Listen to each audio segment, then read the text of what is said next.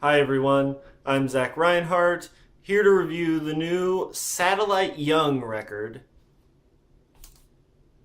Satellite Young. It's self-titled.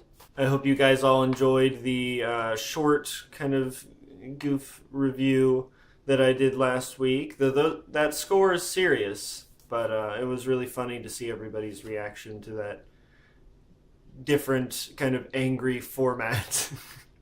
But we're back to normal and we're getting into this review of the new Satellite Young record. It's their debut album. Satellite Young is a 80s synth pop and J-pop revivalist duo that has been putting out singles for a little while on their Bandcamp page. And they've mostly slipped by me, though I did hear their song Don't Graduate Senpai, which is on this album, that came out for the show Senpai Club, which is like this anime parody on YouTube that's pretty funny. And you know they're authentically 80s because check out that their glove. Remind you of anybody? But getting into the album, this thing kicks off with a short intro track that has a kind of faux orchestra aesthetic.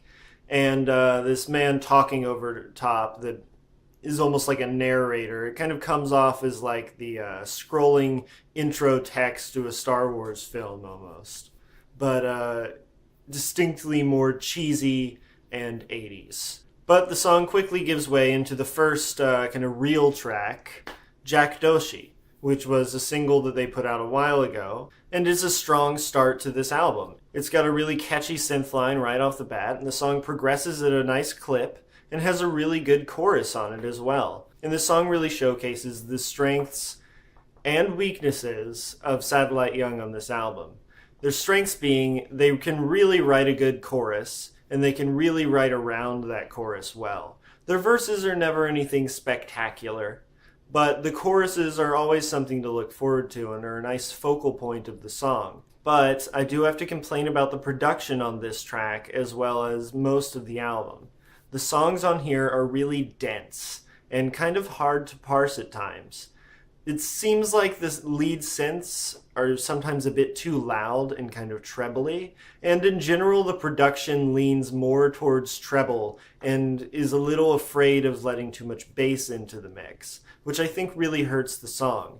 And maybe it's to be authentic, as a lot of 80s synth pop of the time had a kind of similar aesthetic, but I don't think it works very well in today's day and age, and I think it's something that could have been updated and maybe left in the past. One notable exception to this, however, is the song Sniper Rogue featuring Mitch Murder. Mitch Murder is, I believe, a Swedish synth pop artist who dabbles in a very similar kind of 80s retro wave aesthetic. And he does all the production on this song. And it really shines through that he's a good producer, as the song is much clearer, whereas some of the denser tracks on here are kind of a chore for the ears to listen to. This song really presents itself in a nice way, and it's really easy to bite into and understand, and it's just really well written and has a great chorus. Another exception to the production problems is the song San Francisco Girl, which just has a little bit less going on. It's a little less dense, and it really benefits from that, as it gives the kind of semi-ballady songwriting a lot more impact when it finally reaches these kind of climactic moments. I also really like the use of some of the more toned down synth tones. A lot of the songs are really kind of over the top sometimes with their synth choices. They're very 80s and very a little cheesy, I guess. Intentionally so. And it is somewhat charming, but some of the songs do go a little bit past where I'd like them to go and get a little too crazy with it. But this song is really soft, and it still maintains that cheesy 80s aesthetic they've been working with, and working with nicely on this album. But it just has a little less clutter, and is a little more of just a kind of easy to listen to song. One of the songs I really didn't like on here is the song Break Break Tic Tac, which just has the weakest hook on here by far. Whereas the songwriting has been really great on all the songs leading up to Break Break Tic Tac and all the songs after it, really. Break Break Tic Tac just stands out as a track with a weak hook, and as a result, nothing to really bite into and really enjoy. I find the song to be really lackluster, especially when you compare it with great tracks on here like Don't Graduate Senpai, which is probably my favorite track on here. It has a really great chorus. It has some really catchy just melody lines laced within the instrumental. And there's more of a guitar presence on here, whereas most of the songs have been really synth heavy to the point where even when there was guitar in the background, it was almost inaudible, especially with how dense the production gets sometimes. The guitar really has a presence here on this song, and I think it works really nicely. It's funky. And the song plays with really kind of nostalgic, tried and true 80s like synth pop melody formulas. But it all works out really great. It's just a really well executed song with some great songwriting. Then I'm going to skip ahead to the last track, Melancholy 2016, which is a bit of a slow dance track almost. It's kind of ballady. It's really a lot slower. It's really smooth.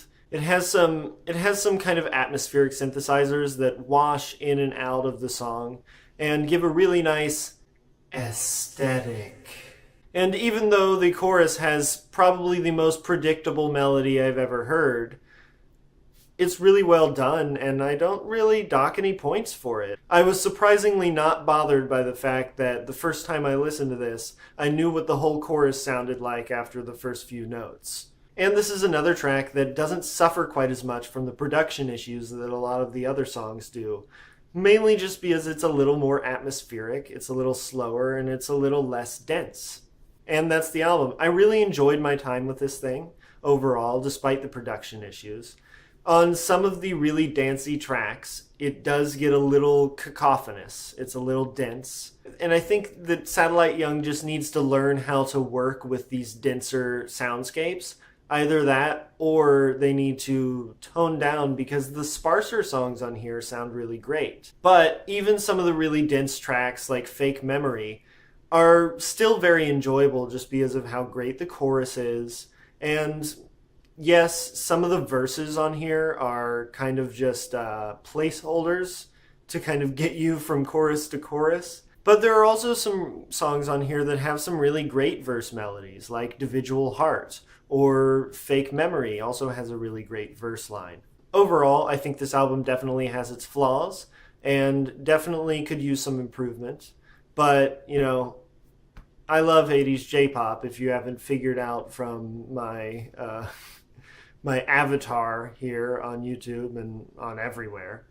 And, you know, it's a band after my own heart. And even though I think they need some improvement, and I think they're maybe a bit too authentic at times, I really like the album, and I'm feeling a 7 out of 10. So yeah, that's me. This is the new Satellite Young record. It's called Satellite Young. It's available on their Bandcamp, link in the description as usual. And I will see you guys next week for another review of some sort. I'm not sure what it'll be yet. Peace.